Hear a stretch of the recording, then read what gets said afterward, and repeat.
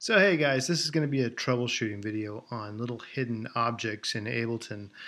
Just kind of more troubleshooting. Like I know a lot of you who've been taking my course, and I was doing a lot of the course in Ableton 9, and in Ableton 10 it looks a little different, and there are a couple objects hidden that you can't find. So I just kind of want to go over basics of this. So I'm going to start off with really basic stuff, and then I'll get into where the automation and that kind of stuff is hidden at, or just closed basically.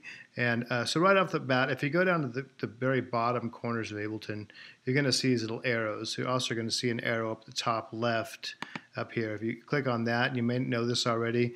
This is kind of old, but I'll get into some more hidden areas soon. But if you click on that, it's going to show all of your, the top left arrow is going to show all of your effects and like your sounds and that kind of stuff. If you go to the bottom arrow down here and open this up, this is going to show you like where your clips or your MIDI clips would be at. So if I close that and say you can access that same thing, actually I'm sorry, this is your clips, the bottom right.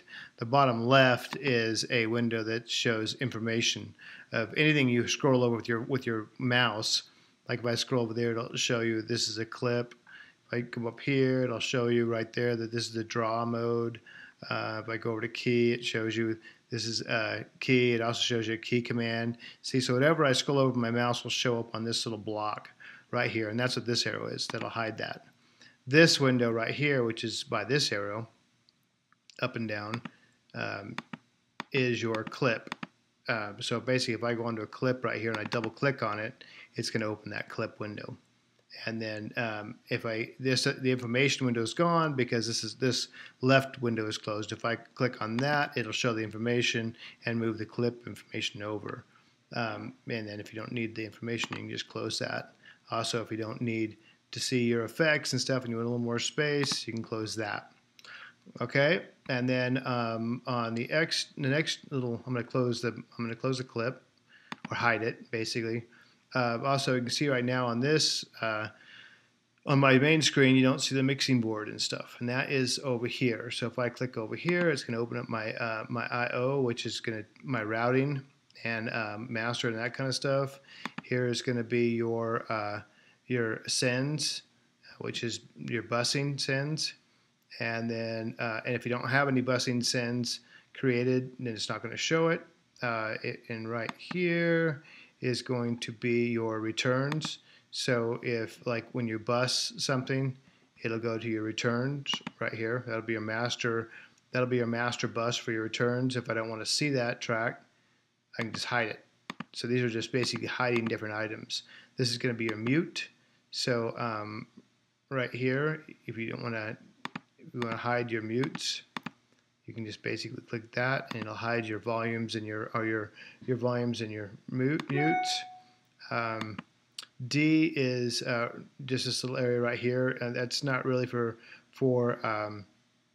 backing tracks. You don't really need to know about this, and also this next one is for like your A, B, which is more for DJs. So I usually just leave those completely shut. But if you need them, say you want to rework something else or another video you've seen, you can turn those on and have access to them there. Now, as far as your automation on this side, if you double click on the window and you're not seeing automation, little automation lines, and you basically just click right here on this little thing right here. I have no idea what it's called, but if we open the information window, it'll tell us what it's called. So this is hide show envelope box. Okay, so it's the envelope box. So anyhow, and now you can get to your automation. So now you can go through and you can automate, your stuff, whatever you have selected right now. The volume is selected. So if I want transpose, I can transpose it. If I want, whatever I want. But that's how you get to the automation if you don't see it when you click on a clip here. Now, for something to automate, you do have to have it warped. If you don't have it warped and you click on it, your automation still won't show up. So you have to warp that. And if you're warping it, I would just go ahead and if it's not warped and you have to warp it, then I would just warp it and take this to Complex Pro, and that way make sure you're not going to get any weird little objects and weird sounds going on. Again, and this one over here is going to show your launch. This has to do with triggering. But if you don't need that, you can just close that off. That's more for DJing, or if you're going from song to song. And again, you can go over here and scroll over the top of that, and your information box will tell you what that is. Hide my information box. All right, so that's where those things are located at. And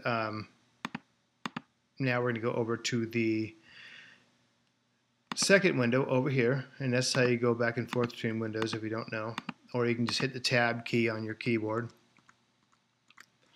And over here, let me drag a song over.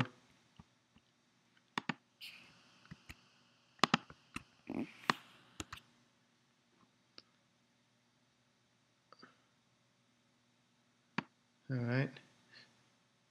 So actually, if I play in a song over here, real quick, on this side, stop it and click over here, you're going to see everything's muted out on this side. And now to get that unmuted, so you're playing this side, so even if I press play, even though it still looks like it's playing over here, it's not. It's actually playing on the other side. So to activate this side, when it's in this mute mode, you have to go up here and click on this little orange icon. All right, and then now this side, now this window will be activated. And I'm clicked on this top clip. That's why you're seeing the MIDI stuff. And the same thing down here. If I don't want to see some of the MIDI stuff, I can close certain objects. You know, this is the envelope. This is the song. What is this one called? The actual term. Note box. So I can close the note box, but I just leave them open. Close that. But anyhow, so now the question I actually got was, on my video, I actually show how to automate parameters that usually show up right here. Now this is kind of weird. If you're not seeing this, you would think they'd be down here, you know, where all these other ones are at. You know, you can hide that. But on 10, it's not like that. On 10, your automation envelopes are not, or automation pull downs, excuse me, are not the same way there are in 9. 9, they're just there. You actually have to go up here and click on this little icon right here.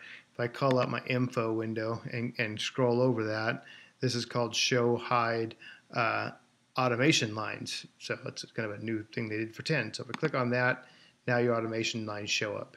And you can pull, like right now, if I start moving this line around, I'm actually doing the mixer on and off. And if I pull down, I can go to track pan. So now I'm actually automating the track pan. So now it's panning to the right, panning to the left, or I can add another thing and have this half pan to the right and this half pan to the left. I'll undo all that. Or you can go and you can automate different track volume. If I click on a track that has effects, like, let me go down here to my drums. I have a compressor on there. Yeah.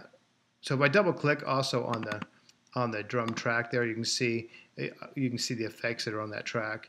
But if I go down here and click on right down here, it says drums or other. If I click on this and then move it over to this area, now you can actually see that clip. Whoops. Click back on drums. I was still in the clip. So I'm in the clip now. So with the drums, you can see the drums are, the waveform is here. If I click on this side, where you can see the effects, now you can see the effects. I can click back on the wave. So you can see the wave down here, and you can see the effects for that track. Okay. So anyhow, so that's where the automation is. This is where the where your if you're on a clip, say if you're on a clip and you're seeing effects, but you actually want to go through and edit the waveform, you just go down here and click on the waveform. All right, and then the other little thing is a lot of people when you're automating. I had a video on using a foot switch and just going up and down with the foot switch, and you won't see that on your down here on your click or anything like that until you actually hit the I'm sorry, it's not. I'm on the wrong screen. That's why I'm not seeing it at all. Turn this back off. All right, so if I'm on this, I had a video that was basically going from this track, and you can have a good foot controller to just move it down like that, and you can't see the up and down arrows here until you hit MIDI. And then when you hit MIDI, this sets you into, like the other video in the course, shows you how to actually set the parameters for this. But then after you hit MIDI, then what'll unhide is all of your play up and down, your play button over here. And if you notice when I hit MIDI again, all that goes away. All right, so that is a quick tip on troubleshooting of if you just can't find certain areas, that's why. There's a lot of little arrows and little boxes. But again, you know, look here. If you can't find something, make sure these are activated. If you can't find a window, a certain window, just use the arrows up and down. That just means they're hidden. There's 3 of them on the front page, and also there's 3 of them on the back page right here. This right here just showing your clips. That's more for programming, not really for backing tracks. And then, and one last time, just real quick, to show the automation, if you're not seeing the automation lines or the drop downs right here, you would have to click on Show Automation there. And that will show all your automation. And what else? And then also on a clip, you know, you can go back you can go back and forth down here between the effects on that clip or the actual waveform. And again, that's the same thing down here. If you click on a clip here, you can go back and forth between the waveform or the effects. So no matter which window you're in, you can go back and forth between the effects and the waveform on that clip. So anyway, I hope that helped you guys, and that is a quick tip I'm going to add to the course right now, just in case you guys are getting kind of hung up on that. All right, hope that helps.